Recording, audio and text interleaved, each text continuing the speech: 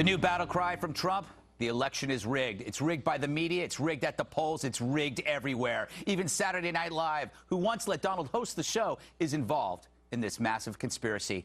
Let's quote the book of Deuteronomy. I think they are the news media. This is not about election officials at the precinct level.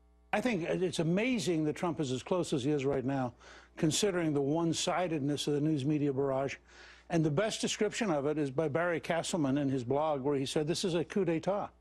He said 14 million citizens in private ballots picked Donald Trump. 20 TV executives have decided to destroy him. Everybody. True, the media is rigged, but it was rigged for Trump all damn year. He got more free media than the weather, dwarfing not just his primary foes, but Hillary as well. If it wasn't for the media, who fell over Trump every time he sneezed, we'd have a different candidate. So yeah, it was rigged, and that rigging gave us Trump. He should be extremely grateful.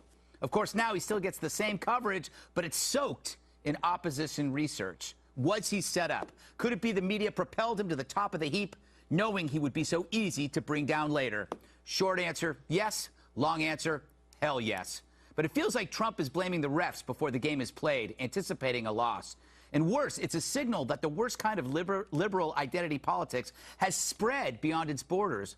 We know liberal bias exists, but it used to be that the left were the victimhood kings. But now Trump has stolen their act, running as the champion of the cheated, which must upset the left, for the media believes only the left can be aggrieved.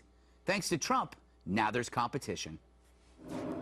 All right, Dana, is creating this mentality of everything's rigged. He's not just talking about the media. He's talking about polling stations. He's tweeting about. Is that smart, or is it dangerous, or is it a mixture of both? It depends on what your goal is. So what's the goal? Is it to make sure your people turn out for the polls and they're angry? That probably helps, at least a little bit. It does seem to me he's conceding a little bit too early. I mean, his poll in Ohio today was pretty good, so I would let that go. I mean, the polls everywhere else are pretty bad. And the thing is, to be robbed, the election must be close. Okay, yeah. So if you're robbed of like the Vizsla never wins at Westminster Kennel at the dog show, and he was robbed, but the truth is actually they're never even in the top 6. So they're not really robbed, they just don't win. They don't win on the merits. Right. And I think that's a thing that the Republican Party has to really be thinking about, which is now we've had 3 elections in a row where the conservative Republican ideas are not persuasive enough to a broad enough majority of the people, and in particular going forward, what that means with millennials as they grow older. There's a poll out today that said only 28% of millennials plan to vote for Trump. That is not good enough for the future. Could it be good enough for Donald Trump this time around?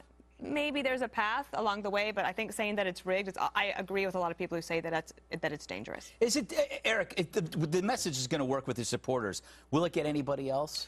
Well, so Kellyanne Conway came out this afternoon and said what he's talking about, take it or leave it, she said what he's talking about is the media portion, not necessarily that the polling places are rigged. But she was wrong because he tweeted polls. But she clarified it, saying it was what they talked about going after was the media bias. And we all know, we've talked about media bias for years here. We know the mainstream media is left-wing. Here's the thing, though.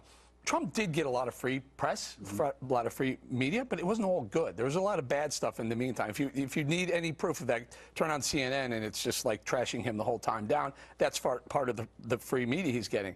Also this. This big Billy Bush videotape that came out, that was a very important moment in the campaign. It hurt Donald Trump. And then the accusers started to come, and that followed. And that was very, very important opposition research that was exposed by the media, not by the other 16 GOP candidates that are running against him. So, yes, you're right, and I think Trump is right to a certain extent that the media is his biggest foe, not Hillary Clinton. His biggest enemy right now is his biggest combatant is not Clinton, is the mainstream media. Yeah. But like I said, if you compared the amount of coverage that his primary challengers got, I mean, you live by the media, you die by the media. Well, for sure. And it has been both a darling in some respects to him because he's been able to get a lot of press and coverage and focus on him.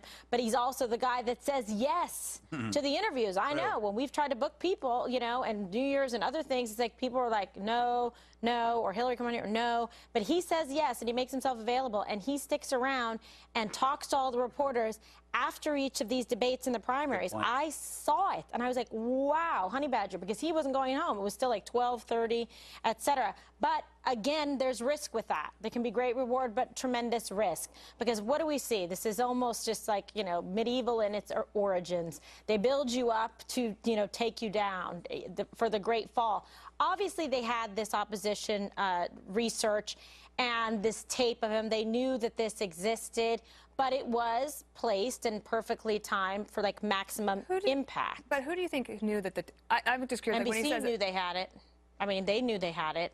And there is some evidence to suggest that as well in terms of that's like not what I've read. Billy Bush, talking about it. Well, he talked about it in August at the... For sure. The Olympics. And so, so I think that if they had that, they know it, then was it leaked ahead of time? It was going to come out also that Monday, but then it was leaked on that Friday. So there's a lot of different things. I mean, we're probably not going to know all of it until kind of this sorts out and we see what happens in the election. But I will tell you this, and I'll be quick. The new Politico Morning Consult poll of registered but not likely voters indicates 41% of voters now believe November's election could be stolen from Donald Trump due to widespread voter fraud. And 73% of Republicans think the election could be swiped from him. Right. So just 17% of Democrats. Maybe he's keeping on with this to say this so that his voters are super motivated to turn out for him, because that's the chance that he has, because the polls don't look like he can gain much ground from getting new supporters or people added on from women or minorities or independents. Juan, trying to get all of your supporters or to believe that America has rigged elections like a third world dictatorship or a banana republic, is this healthy? It's not healthy at all, and that's why I think you see pushback from Republican officials, and that's why Trump's at war right now with the Republican Party chair in a state like Ohio, where you would think that, oh my gosh, he's not doing bad in Ohio, but here he is attacking the party chair because the party chair is associated with the governor, John Kasich.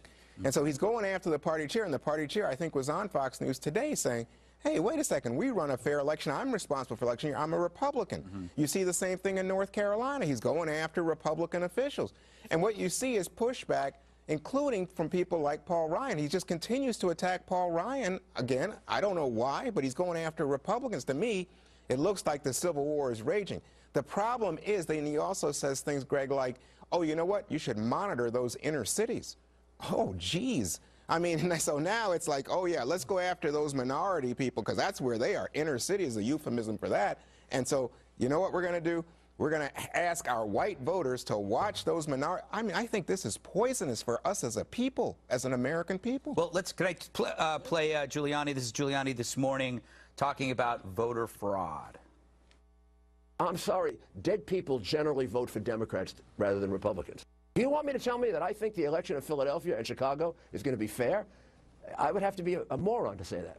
I've found very few situations where Republicans cheat. They don't control the inner cities the way Democrats do. Maybe if Republicans control the inner cities, they do as much cheating as Democrats. That's pretty funny. I think this is a losing strategy, that part of it. It's too early to be saying we may lose because of the process is rigged. Generally, it's not, unless you're really, really close and there's some fraud that goes on.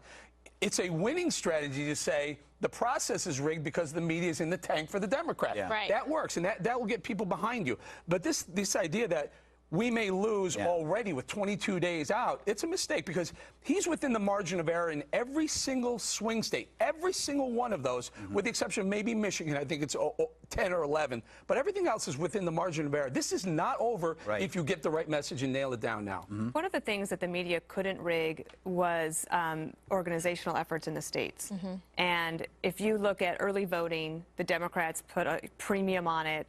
They've worked on it very diligently, and that's paying returns for them in places like Florida, possibly even in North Carolina, and maybe in Ohio. Not as well in Ohio, but they knew that state was going to be tough for them. So The media can't rig that part. That is a responsibility of the Republican National Committee and the candidate himself.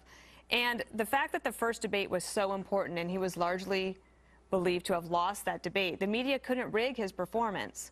So believe me, I get it that the media could be left wing. I mean, look at what happened to Romney. Yeah. He was the media darling during the primary season, and then as soon as he became the candidate, they went after him, and they went after him hard. But you kind of have to factor that into your thinking as you go into it. You know what? The media Republican. can't make stuff up. I mean, I'm just astounded. Every day. I don't know. The media didn't make up the 47% Romney tape. No, they didn't make up the tape with Billy Bush, right? That's what was. Those were his No, but words. they certainly spent a lot of time digging for All stuff. I'm saying, and the are you point is thinking that politics? We don't dig on each other. No, I don't think the media spends a 1/20th the amount of time they spent on digging for the GOP nominee's history and background you know what? that they do for the Democrats. You're so right, because who came up with this email stuff on Hillary Clinton? Not them. Oh, not the media. not the New York Times.